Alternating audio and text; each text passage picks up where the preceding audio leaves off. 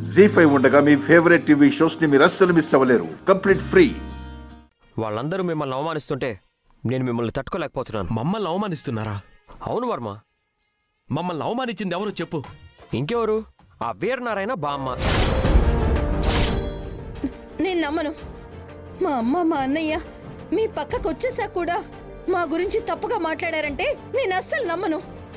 అయ్యో మానసాదేవి గారు, మీకు ఎలా చెప్పాలో నాకు అర్థం కావట్లేదండి. మీరు ఆగండి.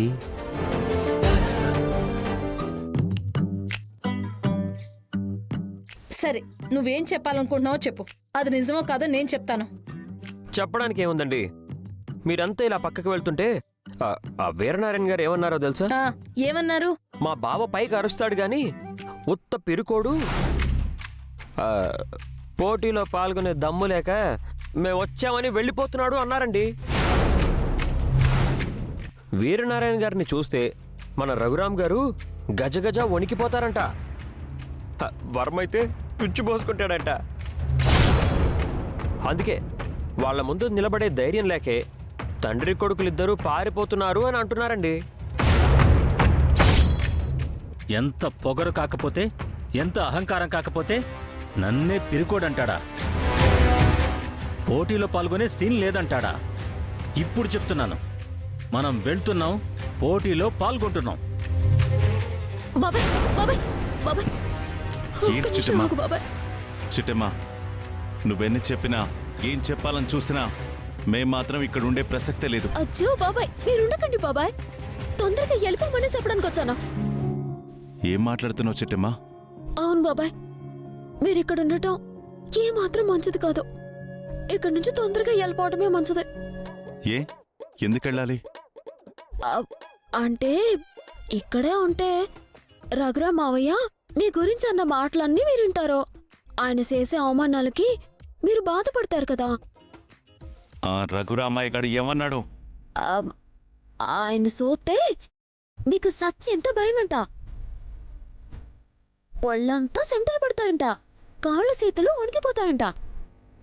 అందుకే భయంతో పారిపోతున్నారు అంట. అంత మాట అన్నాడా? వాణ్ణి చూస్తే నాకు భయమా? ఒళ్ళంతా చెమటలు పట్టి కాళ్ళు చేతులు వణికిపోతాయా? అలా అన్న ఎదబడు ఆ రఘురామ్ గడ వర్మగడ. ఎవరంటే మనకేంట్రా, వాళ్ళ పాపాను వాళ్లే పోతారు. వెళ్ళిన దగ్గర నుంచి గొడవలు ఇంకా ఎక్కువైపోతాయి. పోటీలు పూర్తయ్యేంత వరకు మీ చెల్లి మొగుడుతో గొడవ పడుతూనే ఉంటావా? అది మన రెండు కుటుంబాలకి మంచిది కాదు. వెళ్ళిపోదావురా. లేదమ్మా, వాడు పిరికివాడు అన్నది నీ కొడుకునమ్మా. భయపడి పారిపోవడం మన బ్లడ్లోనే లేదమ్మా. ఈ పోటీలు పూర్తయ్యేంత వరకు ఇక్కడే ఉంటున్నాం. ఎవరిని చూసి ఎవరు భయపడుతున్నారో తేల్చుకునే వెళ్తున్నాం. పదమ్మా. మీరేం చేస్తారో నాకు తెలీదు. అవునమ్మా, నేను కొరడాతో కొట్టుకుంటానని, నా కూతురు బొచ్చెట్టుకొని అడుక్కుంటుందని నిజంగా మీకు తెలీదమ్మా? ఏంట్రా, నువ్వు కొరడాతో కొట్టుకుంటావా? నీ కూతురు బొచ్చు పట్టుకుని అడుక్కుంటుందా? నా ఉద్దేశం, మీరు చెప్పిన ప్లాన్ అమలు చేయకపోతే మీరు మమ్మల్ని కొరడాతో కొడతారు. దాంతో నేను నా కూతురు ఏ గుడి దగ్గరో ఏ బడి దగ్గరో బొచ్చు పట్టుకుని అడుక్కు తినాల్సి వస్తుంది అంటున్నా. రేయ్ బూరె బుగ్గలో, నేను మాట్లాడేటప్పుడు మధ్యలో అడ్డం వచ్చావో పగిలిపోద్ది. బూరె బుగ్గలే కదమ్మా? అవును. వీటిని నేను కాపాడుకుంటాను గాని మిమ్మల్ని మీరు ఎలా కాపాడుకుంటారు చెప్పండమ్మా. ఇంకా సేపట్లో పోటీలు జరగబోతున్నాయి. న్యాచురల్ గా రఘురామ్ గాడు పోటీలో పాల్గొంటాడు. పాలు కొంటాడా? పొట్టేలు కూడా పాలిస్తాయమ్మా కొనుక్కోడానికి? రేయ్, అది పాలు కొనడం కాదు, పాల్గొనడం.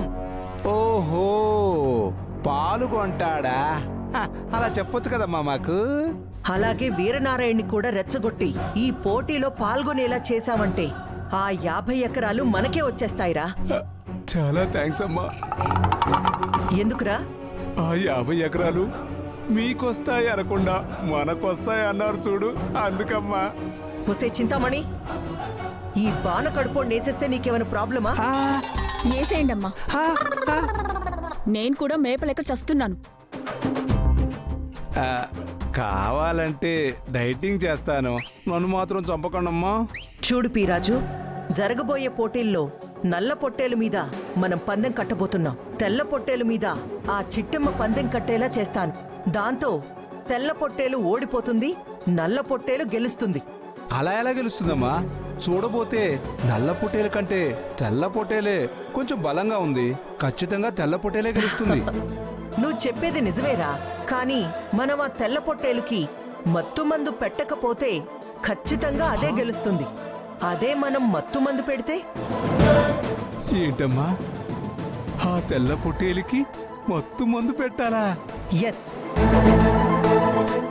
ఆ తెల్ల పొట్టేలు మీద చిట్టెమ్మ పందెం కట్టేటట్టు చేస్తాను. దానికి మత్తుమందు పెట్టి పడుకోబెడతాం. పోటీల్లో విజయం సాధించి కోట్ల రూపాయలు ఆ చిట్టెమ్మ వీరనారాయణ దగ్గర నుంచి లాక్కుంటాం.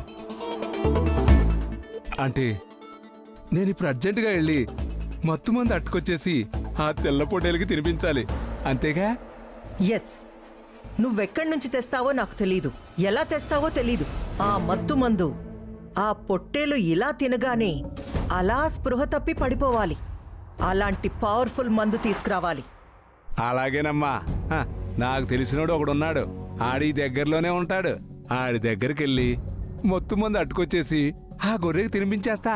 రేయ్, జాగ్రత్త.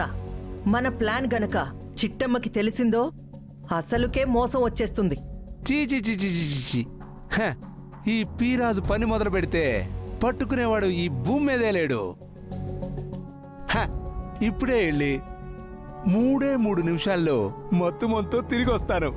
ఎందుకంటే ఆడి దగ్గరలోనే ఉన్నాడు. అలాగా, తొందరగా వెళ్ళొచ్చాయి. అలాగేనమ్మా.